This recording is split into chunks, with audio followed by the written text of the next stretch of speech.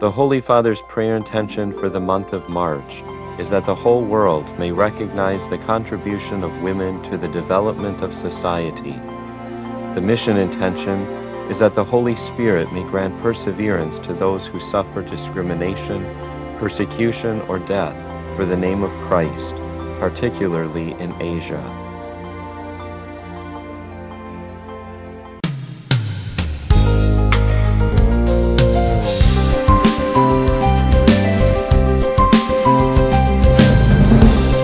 Mahal po nga sa tayo kami sa Kasaya Cafe. Kaga dili magkaid kay uro adlawan amon topic illegal fishing. Da kay daw man ang mga problema diri sa aton komunidad, sa aton probinsya na kinahanglan makaabot sa kamangduhan sa tanan. Ano sad na sini amo ang child labor. Amo ni ang topic nato nya na kag igwa kita sin mga guest diyan na naga representative dito sa ILO, International Labor Organization. Ari ka upod kay na si Judy kag si Willie. May naaga po sa iyo. May Judy kag Willie. Aton tunaan din na aton pag-restorya sin child labor. Alam nato na ang aton mga kabataan amo gid an usad na presyoso nato na kayamanan kay amo sindaan mga pamuno, sindaan mga syudadano sa maabot na panahon, na mga leader. Kag natural lang na mahataga naton sinin ang mga kamangnuhan, sinin ang mga nangyayari sa atong kabataan sa paglaom na sinda makamo na nagapamati, makabulig o makapagaan sinin na mabugat na kinadara sa atong mga kabataan. Ang child labor usad na international problema ini international, pero aton niya na ini kitaon sa dili sa aton sa Masbate para magkaigwa kita sinina talagang matuod na tunay na kamangnuhan sa mga nangyayari. Aton mato na kita ka aton himo ni na aton pag-restore sa Tagalog kay si Willie taga Manila kag si Judy man taga Iloilo. Para masabutan maninda kung ano ang mga atong akong ihunga sa inda kag tatalinghuan ko na mag Tagalog man maski malilisod ako sa gutay sa pagtagalog. Magandang umaga, Willie. Maayong naaga po, Monsignor. Maayong naaga po, Masbate. Adi ka representative, ikaw ay representative ng ILO dito sa Masbate, no?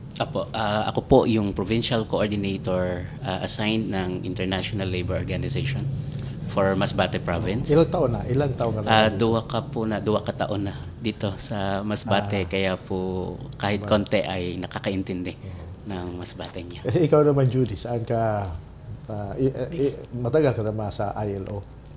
Since this project started po nung mga 2 years na rin po sa child labor project. Child labor project. At ikaw ay taga Iloilo. Mga ilang taong ka na dito sa Masbate? Naka-base po kasi ako sa country office. Ako yung program officer for monitoring and evaluation. From time to time, I visit Masbate para po ma-monitor yung progress ng aming implementation dito ng project. O ano sa pagtrabaho mo dito sa ILO 2 taon? Ano ba ang sa tingin mo pinaka-dramatic, no, na nakita mo sa buhay ng mga kabataan na nasa child labor? Yun po sigurong mga karamihan talaga sa mga bata kasi na-identify namin na beneficiaries ay hazardous yung trabaho, delikado sa kanilang kalusugan o di kaya ay naapektuhan yung pag-aaral. So, halimbawa po, nitong nakaraang linggo, nagkaroon kami ng site na visit, part na rin ng aming project na monitoring. Marami kasi doon yung mga batang mabibigat yung trabaho para sa kanilang mga edad. So halimbawa, taga-karga ng troso, pero ang liliit ng mga katawan, kung ano po, nagkakasakit daw, sabi ng magulang, syempre dahil din yun sa child labor. Meron din ng mga sa mina, pagmimina yung trabaho, at from time to time ay nagliliban sa kasi, pero dahil yun din sa sa sakit na nakuha sa trabaho. So, mga ilan kaya ang involved mga kabataan dito ngayon? Willie? Actually, batay po doon sa pag-aaral na ginawa ng Ateneo de Naga. For the 3 pilot areas lang being identified for the project, almost 5,000 plus for Masbate alone. Na para lang po, kabataan. para lang po doon sa tulo na lugar na identified for the project. In other words, nag-identify kayo ng mga lugar. Opo. At doon kayo gumawa ng survey kung ano. Opo, meron po. At saka dito sa 3 lugar, ano mga lugar yon? Isa po ay Masbate City, ang Municipality of Kawayan, and Municipality of Aroroy. So, Masbate, Kawayan, at Aroroy. At dito nakita nyo na mga, ilan yun? 5,000. 5,000. Mga 5,000 na mga kabataan na... Kabataan po na, pero out of that 5,000, 4,000 ay talaga pong engaged dun sa tinatawag natin na hazardous work. Yung hazardous work, ibig sabihin, yung trabaho na talagang...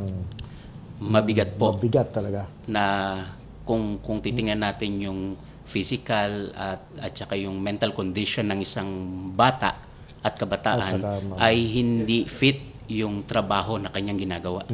Naapektuhan yung... At maapektuhan. Ano ba yung child labor sa Tagalog? Ang Mapanganib na paggawa para sa mga kabataan. Mapanganib na paggawa. Para sa mga bata. Para dangerous sa... Ikaw,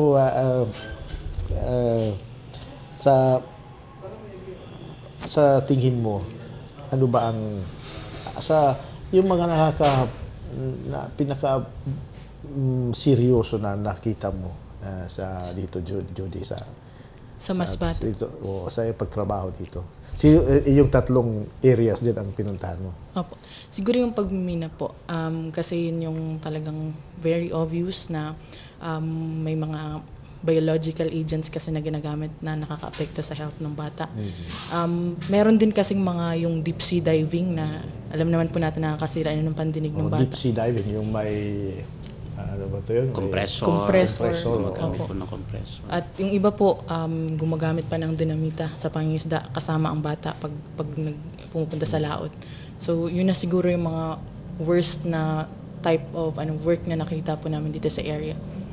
Pero okay lang po ba, Monsi? Ano ka rin po, yung sa ILO convention po kasi na worst forms of child labor, nandun din po nakapaloob kasi yung mga slavery. For example, any forms of slavery like child trafficking, isa po yun. Tapos yung kung pambayad utang yung bata, hindi siya makaalis sa trabaho niya kasi siya yung nagbabayad ng utang ng mga magulang. Domestic yan. Pwedeng domestic po, pwedeng minsan sa farm, depende po, basta yun yung debt bandage po. And then we have also yung prostitution, child prostitution, tsaka yung pornography, cyber pornography. And yung mga, minsan po kasi yung ibang mga bata ginagamit sa drug courier, sila yung taga-benta tagadala ng droga. So yun yung mga worst forms of child labor. Kasama itong hazardous na type of work.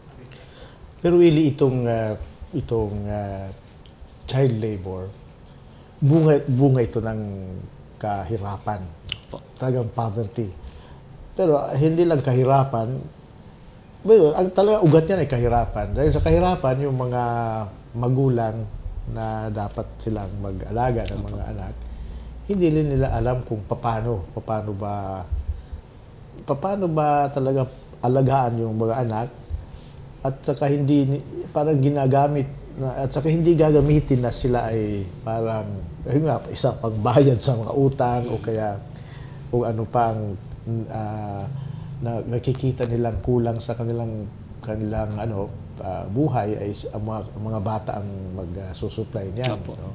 Ano ba ang sa atin? Ano ba ang connection ng kahirapan at saka child labor? Opo. Kadalasan meron po kaming pinipresent, no? Yung tinatawag ng cycle, child labor perpetuating poverty. Yan, child labor perpetuating poverty. Minsan tinitingnan po natin, yes. Poverty also perpetuating child labor. Yes, opo. Na kung minsan tinitingnan natin yung isang pamilya na talagang hindi nila afford na isend yung bata sa school dahil wala nga pong pera. But then again, since wala siyang pera, nafo-force talaga yung bata to work. Nafo-force. Yun po yung term doon, nafo-force. Kasi nga, kailangan nila na to sustain yung kanilang daily living.